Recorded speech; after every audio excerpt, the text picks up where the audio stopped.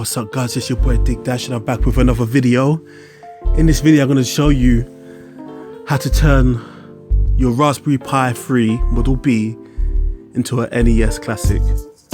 Just like that. Well, not quite just like that. So basically what I've done here, I bought a Retroflag NESPi case. And this case is amazing. It's absolutely amazing. I've heard about it on the internet. It looks just like a mini NES, but obviously with the certain cutouts and certain moldings and also certain circuitry, which makes converting your Raspberry Pi into a NES lookalike or NES Classic lookalike so much easier. So it's a fantastic unit.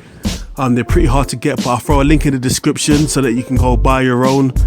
I was very fortunate to get a really good price. I know some of the prices people have been getting these at have been absolutely ridiculous.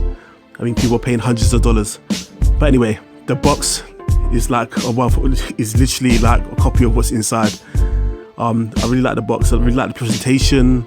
They also sent with it a nice little card just saying, thank you, good luck to you and your family, blah-de, blah-de, blah-de. I mean, it's so rare that a company puts so much effort into making their customers feel loved. I mean, you can read it for yourselves.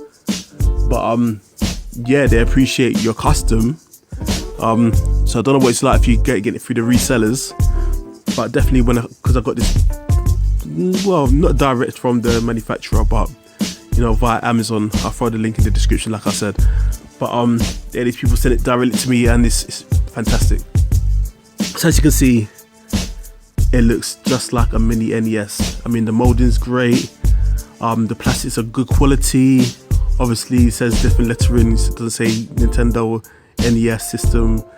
The ports, the cutouts are perfectly, molded. I know, as you can see, it's got a USB hub inside for your Ethernet port. So it basically extends your Ethernet port and adds 2 more ports to your Raspberry Pi.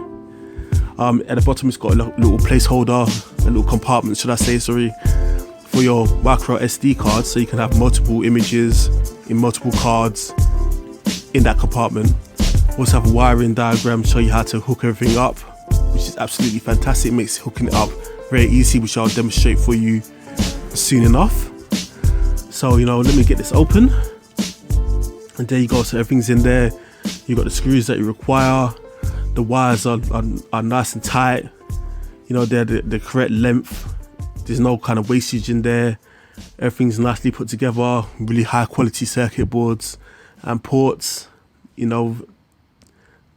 Designed specifically for this model, for this design. It's fantastic. It's absolutely fantastic. So I definitely recommend this case. As you can see, you can insert a fan in there as well. It's got a little space for it, so you can put a heat sink on top of your CPU on the Model B Raspberry Pi. You can put a fan on there, whatever you want to do, whatever works for you, rock with it. So anyway, I'm just going to do a quick unboxing of the Raspberry Pi. Some people haven't seen this, but Raspberry Pi is just it's an excellent little microcomputer, very cheap. I copped this for about £35, and it's not the most powerful of units, of course, because it's quite cheap, but it's very flexible. It has a huge community supporting it, and you can do many things with it. In this case, I'm using it to play emulated games, but you can use it as a word processor. You can load up Linux on it. You can do all sorts, many creative things with it. You can turn them into Google Homes. But anyway, I digress. So there's the ports. So the Ethernet, this is the Model B Raspberry Pi 3, so it has Ethernet port, it has built-in Wi-Fi, built-in Bluetooth, radi. As you can see, it fits perfectly in there. That case is fantastic, I must say. So I'm just gonna have a quick look at the instructions. You don't really need to look at the instructions, to be honest, because it's quite simple. It's quite, it's self-explanatory. There's only like one cable in there. They have to kind of actually look at the instructions to figure out where exactly that goes. And that's the cable that plugs into the I/O ports on the Raspberry Pi, the pins, the connectors.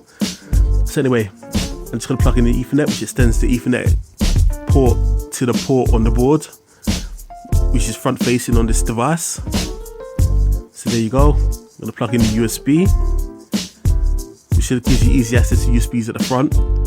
And also I must state that Some people use wireless keyboards with this. Very easy to use because you can use the little hub that comes with your wireless keyboard, plug it directly into the Pi, and there should be more than enough space to contain it within the Pi, so you don't have to like mess around by putting, you know, different USB devices in the front. You can have it all contained within the Raspberry Pi. The NESPi. So as you can see, it fits very well. You know, it's a very good fit. You know, it comes with the screws that you need to screw it down onto the case. And you know, it's just self-explanatory. I'm kind of screwing this up. But yes, don't do what I did here because I got it in the wrong place initially. The screws actually go towards the front of the board, facing you, as in the ports facing at the front of the unit. The 2 screws go either side. So,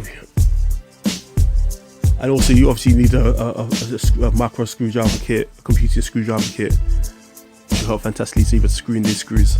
So as you can see, there you go. You have to press quite hard on these because you know, the thread is quite tight. And it feels like you're gonna break it, but you're not, trust me. So, you know, go as hard as you need to go. But it definitely screws in, it's very tight, it's very solid. The Raspberry Pi is very solidly mounted, it's not gonna go anywhere. So I'll put that in there. And you know, essentially that's it. The board is mounted to the case. So now we're just gonna close up the case and screw the case together. And it just clicks into place. As you can see, it has the USBs at the front. It's just like the controller ports of the original NES, or the NES Classic, should I say. But yeah, it's fantastic. I mean, I highly recommend this case. I'm not going to show you screwing it in, but as you can see, the ports line up perfectly. You know, you got your power at the back, you got your HDMI, you got your audio jack, audio out. It's fantastic. So I'd highly recommend this. You know, I'm going to throw a link in the description. I'm going to show you how to turn this into a proper NES Classic clone if you want to. You know, throw comments, let me know. Bye.